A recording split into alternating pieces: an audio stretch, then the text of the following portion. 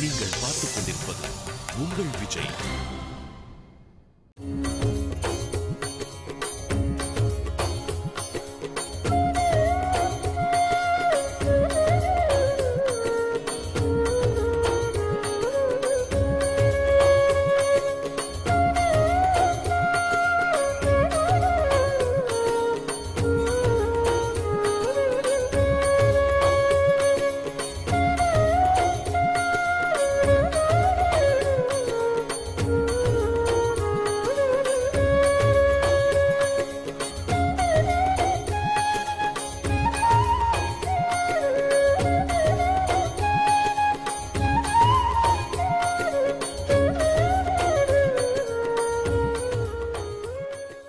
ஏகாசனிக்கு கேசவதாசோட பஜனை நடந்துட்டே இருக்கு. கேசவதாசோடைய பஜனை நடந்துட்டே இருக்கும் பொழுது என்னாச்சு அப்படின்னா, எல்லாருக்கும் நாக்கு வறண்டு போச்சு. நிறைய நாமகீர்த்தனம் பாடி பாடி வாங்கி பாடி இப்போ கேசவதாஸ் தன்னுடைய சிஷ்யனை கூப்பிட்டு, பாவம் பாகவதர்கள்லாம் பாடுறா, நான் ராத்திரி பகலாக பாடின்னு இருப்பேன், எனக்கு ஒன்றும் இல்லை. நிறைய பேருக்கு பஜனை எப்படாப்பா முடியும் டயத்தை பார்த்துப்பா, 100 மணி நேரம் பஜனை இருக்கா, 102 மணி நேரம் பஜனை இருக்கான்னு பார்த்துப்பா. அவர்களுக்கெல்லாம் பஜனை எப்போ முடியும் இருக்கு, எனக்கு பஜனை ஏன் முடியும் இருக்கு. நமக்கு இது நடந்துகிட்டே இருக்கக்கூடாதா, இது ஒரு ஆனந்தமாக இருக்கேன்னு தோன்றது. இந்த சுக்கும் வெள்ளமும் பொடி பண்ணி கடையில் வச்சுருப்பான், அதை வாங்கிட்டு வா, அதை வாயில் போட்டுண்டா கொஞ்சம் எதமாக இருக்கும் பாடுறதுக்கு, தொண்டையும் இடம் கொடுக்கும் அப்படின்னு தன்னுடைய சிஷ்யனை அனுப்புகிறார். அவன் கடைக்கு போகிறான். ஏகாசி பஜனைன்னா ராத்திரி 12 1 மணி வரைக்கும் நான் நடந்துட்டு இருக்கோம். இவர் கடைக்கு அனுப்புகிற நேரம் ராத்திரி 12 மணி. எல்லா கடையும் பூட்டியிருக்கு. ஒருத்தர் என்ன பண்ணுறார், அந்த கடையோட ஷட்டர்லாம் கீழே இறக்கி கடையை பூட்டுறதுக்கு வரார். இவன் ஓடி போகிறான். அவரை பார்த்து, கடையை பூட்டாதீங்க, எனக்கு ஒரு சாமான் வேணும் அப்படிங்கிறான். அந்த காலத்துலாம் கரண்ட் லைட் கிடையாது இல்லையா, ஏதாவது டிவிடி மாதிரி எழுத்தி வச்சுருப்பாளோ இல்லை ஏதாவது பெட்டர் மார்க்ஸ் லைட் மாரி இருக்குமோ தெரியல எனக்கு. அந்த பெட்டர் மார்க்ஸ் லைட்னா அதெல்லாம் ஏற்றுறதே ரொம்ப கஷ்டம். இப்படி பம்ப் பண்ணி அந்த டக்குன்னு அந்த சிலிண்டர் அவ்வளோ சீக்கிரமாக அது எரியாது. அதனால் இல்லைன்னா ஒரு அரிக்கன் லைட்னா கூட அதை தூக்கி அந்த விளக்கை எடுத்து திரி போட்டு அதை நித்தியம் அதை சுற்றி தொடச்சி கிடச்சி இருந்தால் தான் பிரைட்டாக இருக்கும். இல்லைன்னா அந்த எரிஞ்சு அந்த கெரசினோட புகை படிஞ்சு அந்த கிளாஸ் ரொம்ப மங்களாக போயிடும். அது ரொம்ப கஷ்டம். அது அவன் கடையில் இருக்கிற விளக்கெல்லாம் அணைச்சிட்டு கடையை ஷட்டர் க்ளோஸ் பண்ண போகிறான். இவர் வரார். என்னப்பா விஷயம்? மாதிரி கேசவதாசன் ஒரு மகா தெரியுமே, கேள்விப்பட்டிருக்கனே, நம்ம ஊருக்கு வந்திருக்கார் அப்படி தானே. நான் கூட கதையை பூட்டிட்டோம், அங்கே தான் வரப்போகிறேன், அவரோட கதைக்கு தான் வரப்போகிறேன். பணம் எதுக்கு? கூட பாடுற பாகவதர்களுக்கெல்லாம் தொண்டை வறண்டு போகிறது, பாட முடியல, தொண்டை கட்டிக்கிறது அவர்களுக்கு. நம்ம கேசவ சுவாமி கொஞ்சம் சுக்கு வெல்லம் பொடி பண்ணி இருந்தால் அடுத்துட்டு வர சொன்னார். அப்படியா? இத்தகைய மகான்களுக்கு நான் ஆகாரம் கொடுக்கறதுக்கு ரொம்ப கொடுத்து வச்சிருக்கணும், நீ பணம்லாம் கொடுக்கக்கூடாது. பாகவத ஆராதனத்துக்கு என்னுடைய ஒரு கடையிலிருந்து ஒரு பொருள் சேர்றதுன்னா நான் ரொம்ப சந்தோஷப்படுறேன் அப்படிங்கிறார். என்ன பண்ணார், அவருக்கு ஒரு சின்ன சோம்பேறித்தனம். அவரும் கடையெல்லாம் பூட்டிட்டு எல்லாத்தையும் கல்லெல்லாம் பூட்டி அதோட சாவி அங்கே வச்சு எல்லாத்தையும் மூடி கிடி வச்சுட்டு பஜனைக்கு வரலாம் அப்படின்னு கிளம்பி வரும்பொழுது ஒருத்தர் வந்திருக்கார். வேற ஒருத்தராக இருந்தால் போயிட்டு வான் இருப்பார். அவர் கேட்கிறதோ நாமகீர்த்தனத்துக்கு பண்ணக்கூடிய அடியார்களுக்கு, பாகவதர்களுக்கு. அதனால அவர் இப்படி உள்ளே போனார். உள்ளே போய் இப்படி தடவி பார்த்தார். இதுதான் சுக்கு வெள்ளம்னு தோணித்தவருக்கு. அதை ஒரு பையில் எடுத்து பேக் பண்ணி அவர்கிட்ட கொடுத்துட்டார். வெள்ளையாக இருந்தது, பொடி பண்ண பொடி. இவரும் பஜனையில் உட்கார்ந்தார்.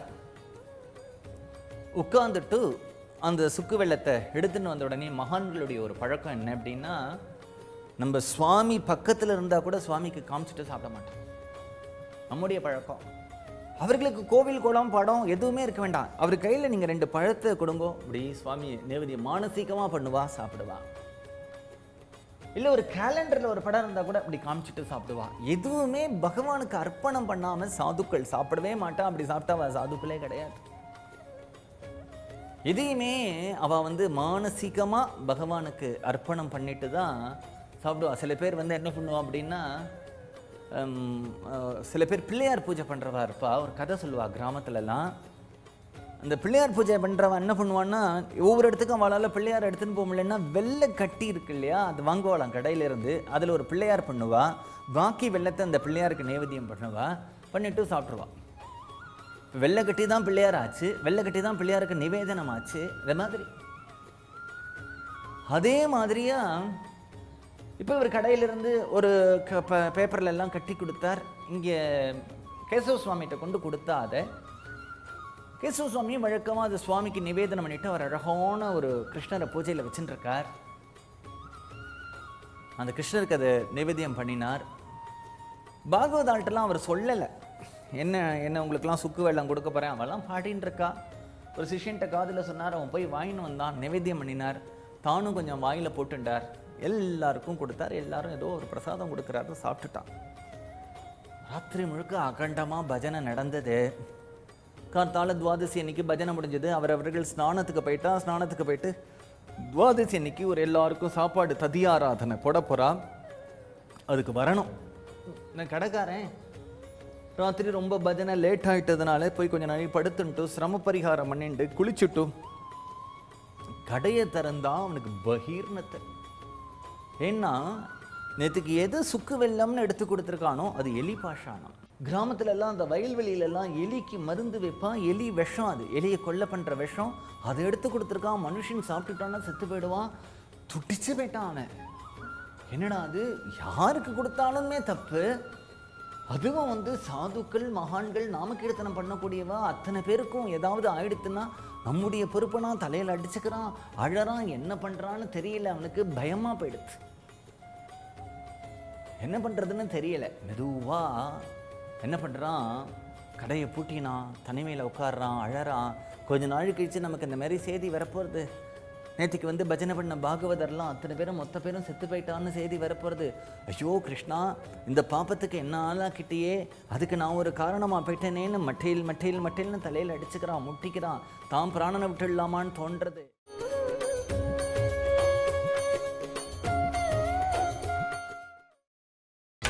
நீங்கள் பார்த்துக் கொண்டிருப்பது உங்கள் விஜய். எதுக்கும் இருக்கட்டும்ட்டு கடையெல்லாம் பூட்டிட்டு அந்த ஊர் மயானத்துக்கு ஓடி பார்க்கிறான். மயானத்துக்கு ஓடி பார்த்தா மயானத்தில் இன்னைக்கு ஏதாவது பணம் வந்திருக்கா, எரிக்க போறாளா அப்படின்னு கேட்கிறான். ஊரில் ஏதாவது செய்தி பேசிக்கிறாளான்னு கேட்குறான். நேர அவனுக்கு அந்த பஜனை பண்ண இடத்துலையோ அந்த சாதுக்கிட்ட போகிறதுக்கு பயமாக இருக்கு. ஒரு கால் போய் நிஜமாவே இத்தனை பேர் போயிட்டான்னு உடனே அதை எப்படி நம்மளால் தாங்குவோம்? ரொம்ப நெகட்டிவான ஒரு விஷயம் நம்ம காதில் விழுந்துருன்னா அதை ஃபேஸ் பண்ணுறதுக்கே நமக்கு தைரியம் இருக்காது. அப்படி சொல்லிடாத, என்னால் தாங்க முடியாது, அந்த மாதிரி சொல்லாத.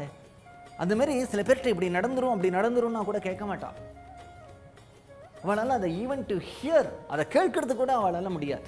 அதே மாதிரி அவன் சொல்கிறான், என்னால் எப்படி போவேன், அப்படி ஏதாவது நடந்திருந்ததுன்னா நான் எப்படி தாங்குவேன் அப்படின்னு பயப்படுறான். கொஞ்சம் கொஞ்சமாக மயானத்திலே இன்றைக்கு எந்த பிணமும் எரிக்கிறதுக்கு வரலை.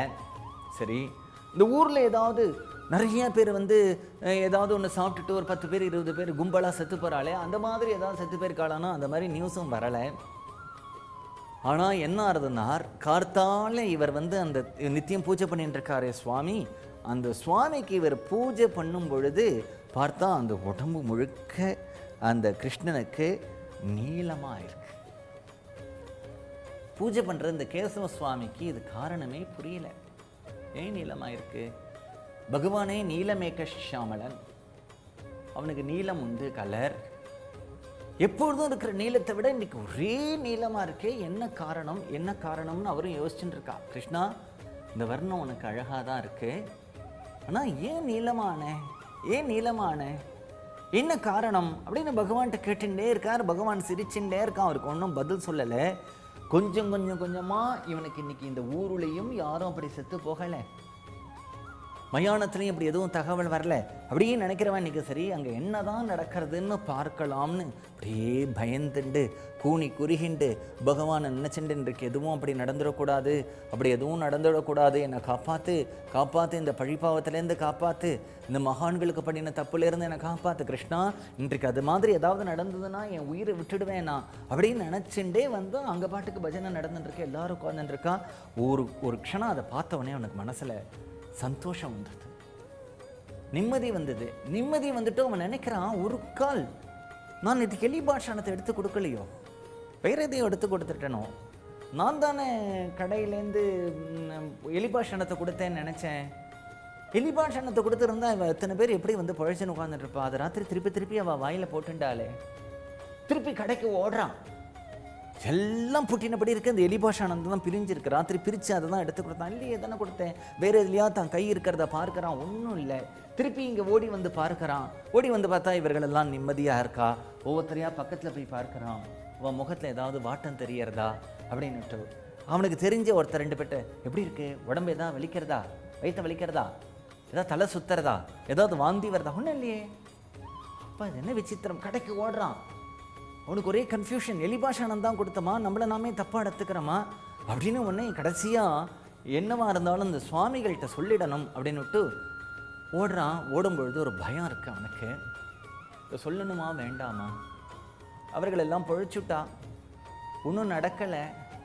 ஒரு கால் அந்த மகாத்மாக்கு கோபம் வந்து, ஹேய் பாகவதர்களுக்கு உனக்கு கவனம் இல்லாமல் நீ ராத்திரி லைட்டை போட்டு எடுக்கிறதுக்கு சோம்பேறித்தனத்தினால இப்படி எலிபாஷானத்தை கொடுத்துருக்க, என்ன தைரியம்னு ஏதாவது சாபம் கொடுத்துட்டாருன்னா, மகான்கள்கிட்ட நம்ம போகிறதே அவள் நமக்கு ஏதாவது நல்ல வார்த்தை சொல்லுவான் தானே. அவர்கள்ட்ட போய் நம்ம ஒரு அபச்சாரம் பண்ணிட்டு, அபச்சாரத்துக்கு அவர்களுடைய ஒரு கோபத்துக்கோ சாபத்துக்கோ நம்ம ஆளாகக்கூடாது. சொல்லாமல் இருந்துடலாம், நடக்கிறது நடக்கட்டும். இன்னொரு மனசு சொல்கிறது, இல்லை இல்லை நீ சொல்லாமல் இருக்க முடியாத உன்னால். ஏன்னா அது வாழ்நாள் முழுக்க உன்னை வந்து இந்த உள்ளுக்குள்ளே இருந்து அந்த கில்ட்டி கான்ஷியஸ் உன்னை வந்து வாழ விடாது நிம்மதியாக. இப்படி பண்ணிட்ட பற்றியா, இப்படி பண்ணிட்ட பற்றியான்னு தோணும். நாளைக்கு உன்னோட குழந்தைக்கு வந்து உடம்பு சரியாமல் போகும். நீ டாக்டர்கிட்ட கொண்டு அட்மிட் பண்ணுவேன். டாக்டர் சொல்லுவார் 24 ஹவர்ஸ் கழிச்சு தான் சொல்ல முடியும் குழந்தை பிழைக்கிறது அப்படின்வார். உடனே உனக்கு தோணும், அன்றைக்கி அந்த மகான்கள்கிட்ட நம்ம பண்ணினோம் பற்றியா, அதுதான்னு தோணும். இல்லை நம்ம வியாபாரம் பண்ணுவோம், வியாபாரத்தில் பெருத்த நஷ்டம் ஏற்படும். நஷ்டம் ஏற்பட்ட உடனே பற்றியா, அன்றைக்கி சாதுக்களுக்கு வந்து எலிபாஷானம் கொடுத்தோம் பற்றியா, அதுதான் தோணும். நாளைக்கே மனுஷன்னா வயிற்று வலி வரலாம், கால் வலி வரலாம், தலைவலி வரலாம், ஏதாவது வியாதி வரும். அன்றைக்கு அவர்களுக்கு பண்ணினோம் பற்றியா, அதுதான். என்னன்னா இது கலியுகம். நீ முன்னாடி ஒரு 30-20 வயசுக்குள்ளே நீ என்னென்ன தப்புக்களை பண்ணுறியோ அந்த தப்புக்கள்லாம் இந்த ஜென்மாக்குள்ளே உனக்கு கஷ்டமாக வந்துவிடுறோம். பார்க்குறோம் நிறைய பேரை. நம்ம அது விடாது. அது ஏதோ ஒரு விதத்தில் வரும். நீ வந்து ஒத்துண்டியானால், பகவான்கிட்ட மன்னிப்பு கேட்டையானால் தப்பிக்கலாம். நம்ம பண்ணின தப்பை உணர்ந்துட்டு, தப்பை வந்து யாருக்கு தெரியாமல் நீ பண்ண முடியும்? அடுத்தவனுக்கு தெரியாமல் வேணா பண்ணலாம். நான் தெய்வம் பார்த்துட்டு இருக்கேன். மகாபாரதத்தில் சொல்கிறார், திசைகள் பார்த்துட்டு இருக்குங்கிறார். கிழக்கு மேற்கு திசைகள் பார்த்துட்டு இருக்குங்கிறார். சூரியன் பார்த்துட்டு இருக்காங்கிறார், சந்திரன் பார்த்துட்டு இருக்காங்கிறார், வாயு பார்த்துட்டு இருக்குங்கிறார். யாருக்கு தெரியாமல் நீ என்ன பண்ண முடியும்? அப்போ தப்பு பண்ணுறது ஒரு சாமர்த்தியம் இல்லை. என்ன பண்ணுவோம், பகவானே நான் தெரியாமல் பண்ணிட்டேன் அப்படின்னா பகவான் மன்னிச்சுடுவான். கிருபாலு உனக்கு ஒரு வழி காண்பிப்பான். ஒன்னே ஒன்று என்னன்னா, நீ ஆத்மார்த்தமாக உனக்கு என்ன கஷ்டம் வாழ்க்கையில் வரட்டும், எப்பேற்பட்ட கஷ்டமாக இருக்கட்டும், கோவிலில் போய் பகவானுடைய சன்னிதானத்தில் நீ பண்ணினது தப்புன்னு உணர்ந்து கதறி அழு. பகவானுடைய காதில் கேட்கிற மாதிரி அழு.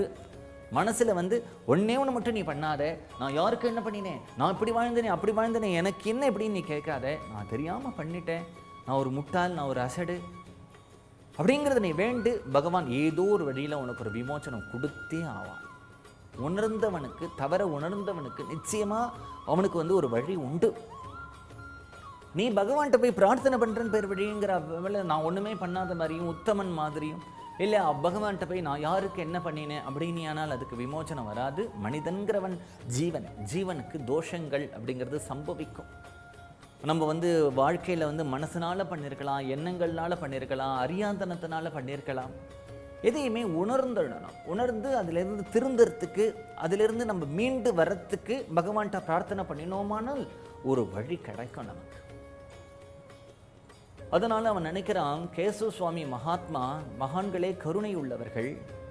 தெய்வம் கூட என்ன பண்ணுன்னா, ஒருத்தனை திருத்தணும்னு பார்த்துட்டு தெய்வம் முடியலை அப்படின்னா அவனை சிக்ஷிச்சுட்டு போயிடும், தண்டனை கொடுத்துட்டு போயிடும். மகான்கள் வந்து தண்டனையே கொடுக்க மாட்டான்.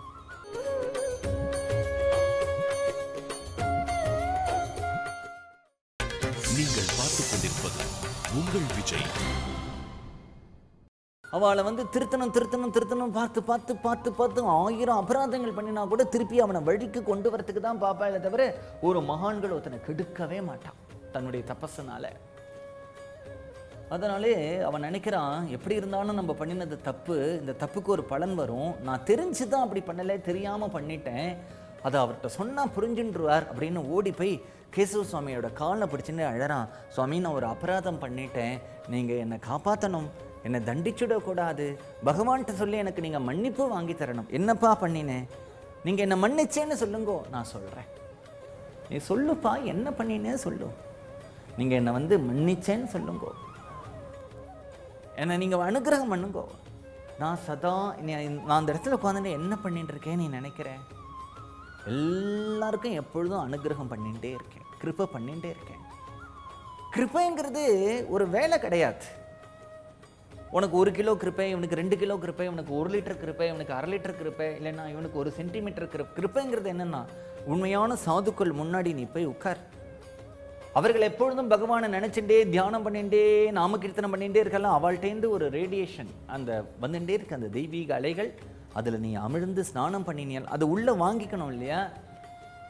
நம்ம வந்து அந்த நம்ம வீட்லேயே நமக்கு வந்து ஏரியல் இருந்தால் கூட அதை கரெக்டாக கனெக்ட் பண்ணால் தானே பிக்சர் வருது. அது மாதிரி அந்த மகான்களோட கிருப்பையை நீ எப்படி அடையலாம்னா, நீ வினயத்தோடு இருந்தியானால் நிறையா விழும்.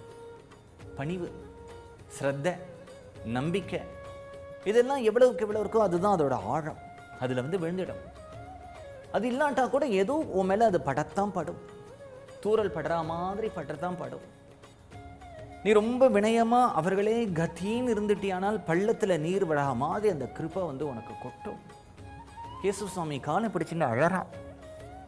சொன்னார், நான் கிருப்பை தான் பண்ணிட்டு இருக்கேன், நான் ஒன்றும் தப்பாக நினைக்கல, என்னன்னு சொல்லு. நேற்றுக்கு என் கடைக்கு தான் அவர் வந்து சுக்கு வெல்லம் வாங்கிறதுக்கு வந்தார். கடை பூட்டுற சமயம் வந்ததே, எடுத்து கொடுத்தேனே, பகவானுக்கு நிவேதனம் பண்ணி. இல்லை, ஒரு விஷயம் தப்பு நடந்துடுத்தோ. என்ன நடந்தது? நீ கூட பைசா வேண்டாம்னு சொன்னியாமே, ரொம்ப சந்தோஷம். அதில் நான் வந்து விளக்கு ஏற்றிருக்கலாம், ஆனால் உங்கள் பஜனைக்கு வரணுங்கிறது எனக்கு ஆசை இருந்ததுனால இனிமேல் விளக்கு ஏற்றி அணைஞ்சிருக்கிறதுனால குத்து மதிப்பாக எடுத்துன்னு வந்து கொடுத்தேன். அது வந்து இந்த சுக்கு வெள்ளத்துக்கு பதிலாக எலி மருந்து விஷம், எலி கொலைப்பன வைக்கப்பாளே விஷம், அதை வந்து இந்த எலி பாஷாணமாக எடுத்துன்ன உடனே அவர் பார்க்குறார், கார்த்தாலேருந்து இந்த கிருஷ்ணன் ஏன் நீளமானான். இப்போ தான் காரணம் புரியறது அவருக்கு. ஓ கிருஷ்ணா, அந்த பாகவதர்களுக்கு அதை கொடுக்கறதுக்கு முன்னாடி உனக்கு நிவேதனம் பண்ணினேனே, அதில் இருக்கிற விஷத்தை நீ எடுத்துட்டியா? மீதியை பிரசாதமாக கொடுத்ததுனால தான் இவர்கள் ஒன்றும் ஆகலையா? அன்றைக்கு சாட்சாத்து கைலாசபதியான பரமேஸ்வரன் அமிர்தமதனம் பண்ணும் பொழுது அதில் இருக்கக்கூடிய விஷத்தை சாப்பிட்டு தியாகராஜன் அப்படிங்கிறத ஆனார். பிரகல்லாதனுக்கு அன்றைக்கு தன்னுடைய தாயாரை விட்டே விஷம் கொடுக்க சொன்னான் இரண்யகசிபு. அந்த பிரகல்லாதனையும் விஷம் ஒன்றும் பண்ணலை.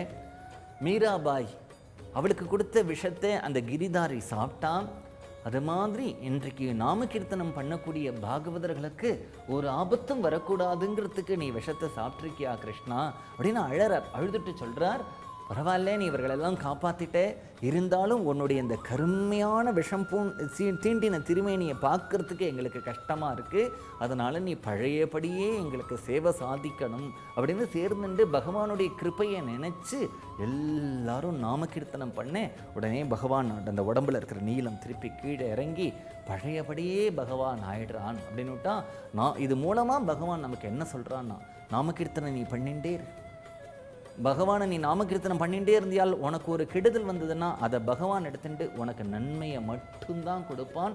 நாமகீர்த்தனம் பண்ணக்கூடிய சாதுக்களுக்கு ஒரு கெடுதலும் வராது. அத்தகைய நாமகீர்த்தனத்தை தான் இந்த பண்டரிபுரத்தில் வாழ்ந்த அத்தனை பக்தர்களும் நமக்கு பண்ணி காண்பிச்சு இது ஒன்று தான் வழி, இது ஒன்று தான் வழிங்கிறத நமக்கு திரும்பி திரும்பி திரும்பி காமிச்சிட்டு இருக்காங்க. जय जय राम कृष्ण हरि, जय जय राम कृष्ण हरि, जय जय राम कृष्ण हरि, जय जय राम कृष्ण हरि, जय जय राम कृष्ण हरि, जय जय राम कृष्ण हरि, जय जय राम कृष्ण हरि, जय जय राम कृष्ण हरि, जय जय राम कृष्ण हरि, जय जय राम कृष्ण हरि, जय जय राम कृष्ण हरि, जय जय राम कृष्ण हरि, जय जय राम कृष्ण हरि, जय जय राम कृष्ण हरि, जय जय राम कृष्ण हरि, जय जय राम कृष्ण हरि, जय जय राम कृष्ण हरि, जय जय राम कृष्ण हरि, जय जय राम कृष्ण हरि, जय जय राम